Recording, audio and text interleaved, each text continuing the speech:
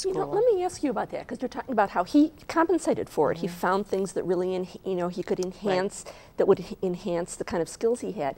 And we haven't talked about kind of the upside of ADHD, that really people, very energetic, very creative, very, this isn't necessarily a terrible thing.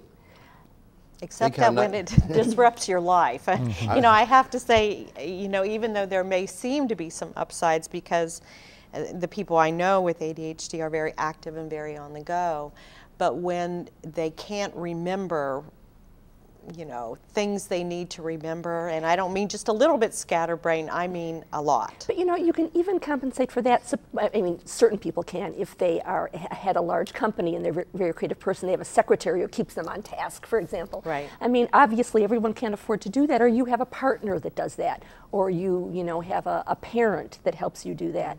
So there are ways other than medication, because don't some of these medications possibly subdue this creativity that I'm talking about? Can we?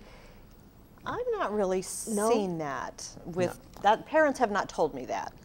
Here's what's interesting about that. One of the benefits is they don't sleep, so they get a lot of hours to work and do stuff. I think, and Sue might want to comment more on this than I, it's very disruptive to the family. If everybody gets the picture, that the number 1 and 2 things after medication is to help the child understand what ADHD is, so that they understand the parameters on which they're working. Because they get, one of the big problems is they misread affect, feeling. So an ADHD kid, and this is a very important thing for parents to know, ADHD kids function at about 70% of their chronological age. So when people talk about they have more car accidents than the average 16-year-old when they get their license, if you remember they're really 12, you wouldn't let a 12-year-old drive. Or if they're 12, they're not good babysitters because they really would be 9, and you wouldn't let a 9-year-old. So if you remember the 70% rule, the 70% rule has come about because we know the judgment piece. Because you can't retrieve what you need to retrieve when you need to retrieve it, you make judgment mistakes. In addition, Barkley talks about the disparity of affect. And what he talks about is when someone says to an ADHD adolescent, yeah, right, they think they mean, yeah, right, instead of being sarcastic, because they don't pick up those subtleties. So in a family, somebody has to say, first of all, to the young man, generally a man, but it could be a woman, these are the things you do, this is what you have to do, you don't organize well, so you better have a planner, you need to do these things, and then the family, the brothers and sisters, have to say, he's not really being rude, you can't be sarcastic with him, mom and dad have to get a game plan of how they're going to manage this kid and agree upon it. Dad wants to kill him, mom wants to let him get away with murder. We have that. So treating ADHD may start with medication, but that is the tip of the iceberg. And remember, the Titanic was sunk by what was under the water, not the tip. And so all these family issues really come out loud and clear. The child first must learn to control himself. You're on, Roger.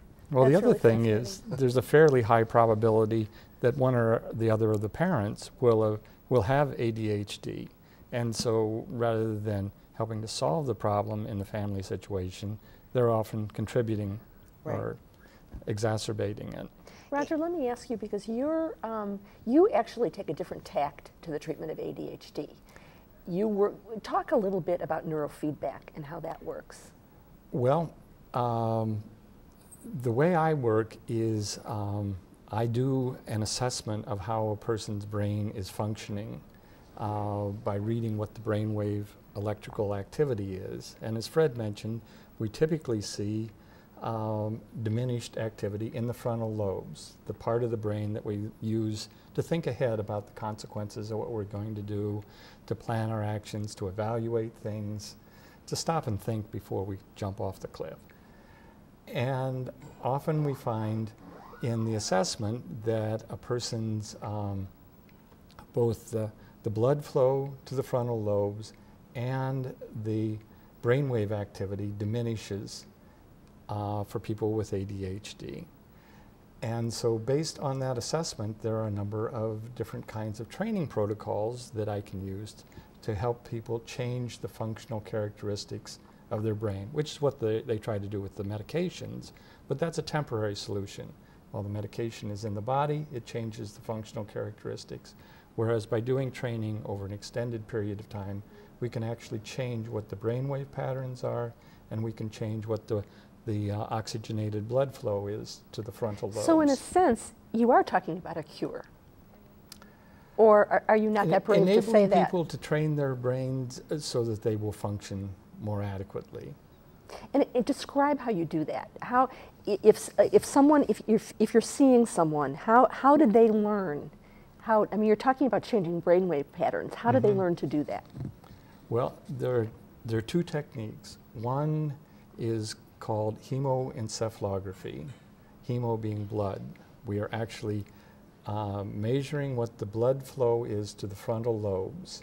And the way we do that is just like you can shine a flashlight through your hand, you can shine a light through your skull and it will bounce off of your cortex.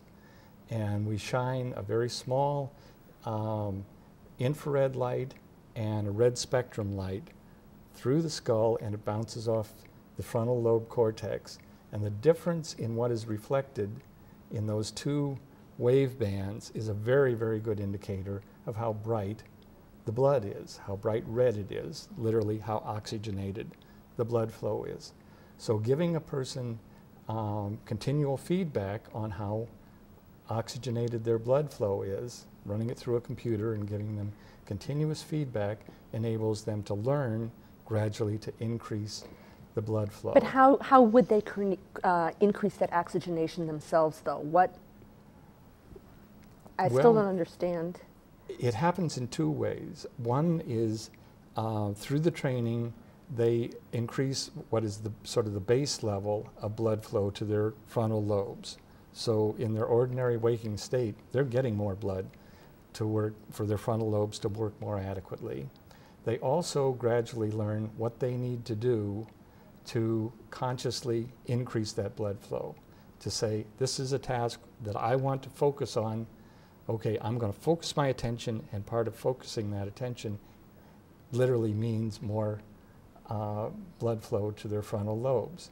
And it's an unconscious process. It's akin to, somehow we learn that when we desire to raise our arm, we can send the signals and our arm will raise. On the same level, without understanding the mechanics or the electronics of that, we can learn to increase the blood flow to our frontal lobes.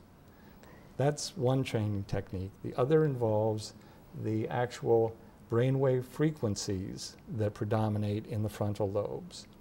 And as I said last week, there's a paradoxical effect that when you have ADHD and you try to focus your attention, it actually produces brain waves that are less focused. They're the theta waves that are the sort of the spaced out, distracted, daydreamy brain waves, instead of the faster beta brain waves, which we use for our best thinking. And so again, by monitoring those brain waves and giving people continuous feedback, they can gradually learn to hold down the amplitude or size of the theta waves, the waves that are spacing them out, and increase the amplitude of the beta waves, the waves they need to call on to focus their attention. And again, it's a learning process over successive training sessions that gradually changes the brainwave pattern that's perpetually there and creates a brain state that they can more readily call upon. They have greater flexibility in switching into that focused brain state.